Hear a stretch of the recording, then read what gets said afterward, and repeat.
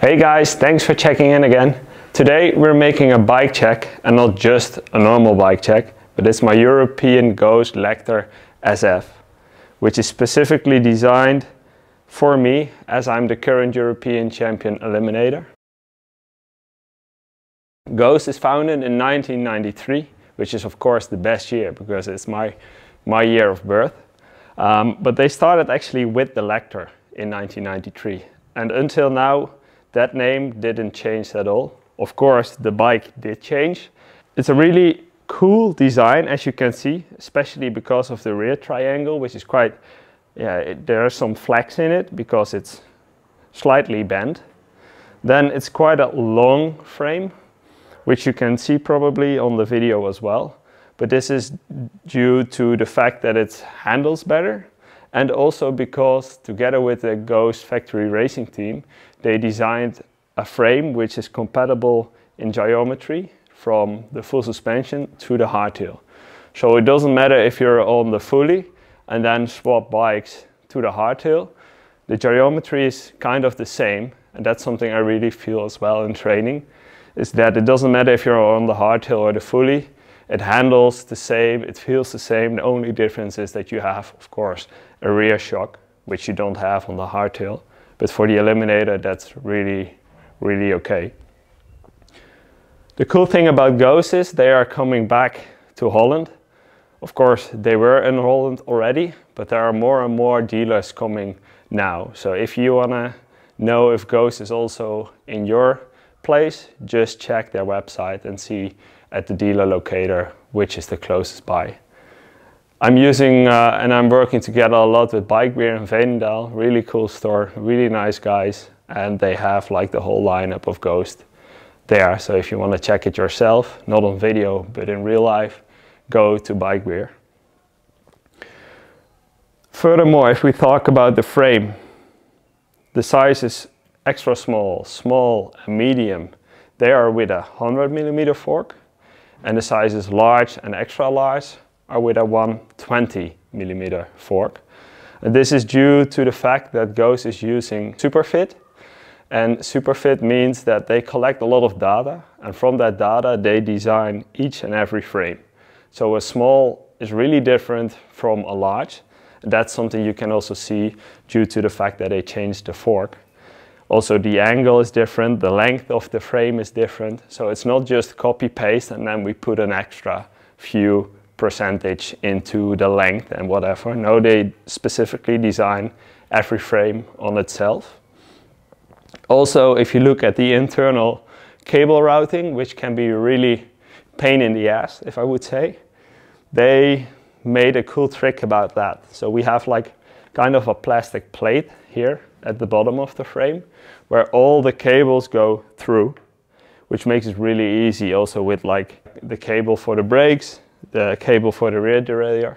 In my case, I'm using the wireless shifting, so I don't have that. But also for the dropper seat post, it's really easy to have the cable underneath here going towards the 8-pin system. I'm not sure if you already have seen that there's a dropper in this bike, but yes, it is. And it has a lot of travel. And the coolest thing, it's really clean. And it saves a lot of weight in comparison to other Dropperpost, due to the fact that it's really integrated in the frame. But keep in mind that not all frames are compatible with the 8-pin system. The easiest way to check if there's a bolt right here, if there is a bolt or at least a hole, you can use the 8-pin system. If you don't want to use the 8-pin system but you have the opportunity to, you can also remove the whole system, just put a seat post clamp in and use a normal seat post. What can I tell more about the frame? We've talked about Superfit, we've talked about integrated cable routing, the Dropperpost. We have like the specifically designed rear triangle, which is really cool and it really helps, handles perfect. Another thing about the geometry is, like, as you can see, I'm using a really short stem, just a 16mm. That makes it that the bar is coming a bit more towards me. And that makes the handling better, gives a little bit more of comfort. Then of course you've got the design.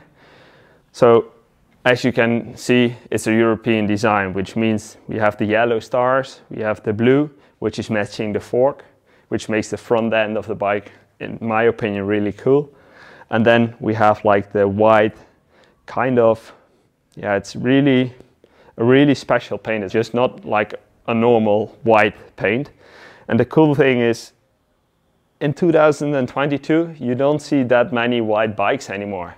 So having this specific design, it feels kind of unique. Also because, of course, my name is on it. But then I also posted this video already on my social media, and I got a lot of questions from you. Some of them I already answered, and some I will answer right now. And I got a lot of questions about the wheels, which are from Bike Ahead Composites. It's a German brand, and the wheels are completely carbon fiber. They're really, really light and extremely stiff. And having like that comfort in the frame with those stiff wheels makes it a really good handling bike for me. It has 27mm wide the rim, and I'm using a 2.4 Maxxis Aspen in the front and the Aspen ST in the rear. The ST stands for short track, which means like an upgraded version of the regular Aspen, but then with less knobs in the middle. This means it runs really smooth, but still I have a lot of traction actually, also on gravel or on steep and technical climbs. But having this one in the front, it almost killed me once. I just missed the corner and I didn't have the control, so that's why I swapped to the normal ST in the front, or the normal Aspen in the front. Actually, this is like a really, really impressive tire. I mean, I don't have ridden a tire before that has so less knobs, but so much grip. So definitely take some attention about that. The fork is a RockShox sit with a remote on the handlebar. So I can use, or I can lock it when I'm sprinting, and I can unlock it when I'm going over obstacles. The handlebar is also from Bike Ahead Composites, the German brand of the wheels. Brakes are the Level Ultimates with a 180 disc in the front and a 160 in the rear. When we look at the drivetrain, we have the Sram XX1 AXS drivetrain, which means the derailleur and the shifter are wireless. Then we've got the Quarq powermeter with a 36-tooth chainring in the front. And of course the KMC Ti-n 12-speed chain, which connects all my power from the cranks to the cassette. As an example, at an eliminator, we start from 0, clicked in the pedals, and I produce about 1900 watts in peak power. And something you really don't want is that you snap the chain. So you need to rely on a product that's good and high in quality. And I think KMC really makes a good job in that. Just also because they are specifically and only focusing on bike chains. If we talk about devices, for training I'm using the Garmin Edge 830. It gives me a lot of information, but also I can analyze during my training what my power output was. But I can also upload from my Training Peaks account the training into the device. And that makes it way more easy to train, but also to focus more on what I have to do, instead of writing down all my numbers, all the times, all the efforts I have to put in. Now it's already in my Garmin. As well, I upload a lot of tracks and routes into the Garmin, especially like here, we're in Italy, in Finale Ligure at the moment. And it's such a pain in the ass if you have to look for on every corner which direction I have to go. And the navigation on the Edge 830 is just really impressive. But I'm not using this device at racing. At racing, I'm using the 130, which is a lot smaller. Let's see, I've got it here.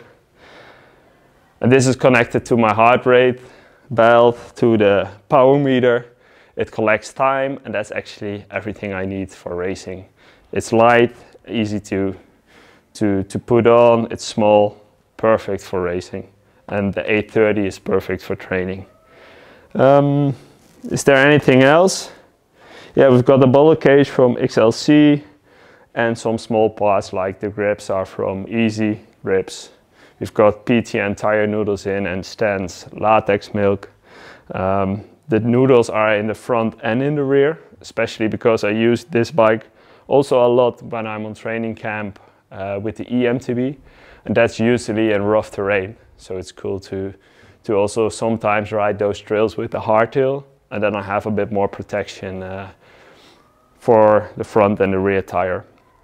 Also in Eliminator, where we sometimes have crazy obstacles with like concrete stairs going down, I like to be more on the safe side instead of like on the weight side, because I mean a PTN noodle isn't that heavy, but of course it increases the weight a bit.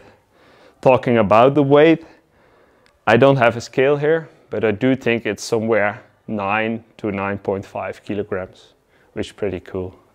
So that's it. That's my bike check of the European designed Lector SF. Really looking forward to shred this bike during the World Cup season, the Europeans and the World Championships. So if you're interested about how my season is going so far, just check my social media in the description. Thanks for watching, and as the Italians say, ciao ciao.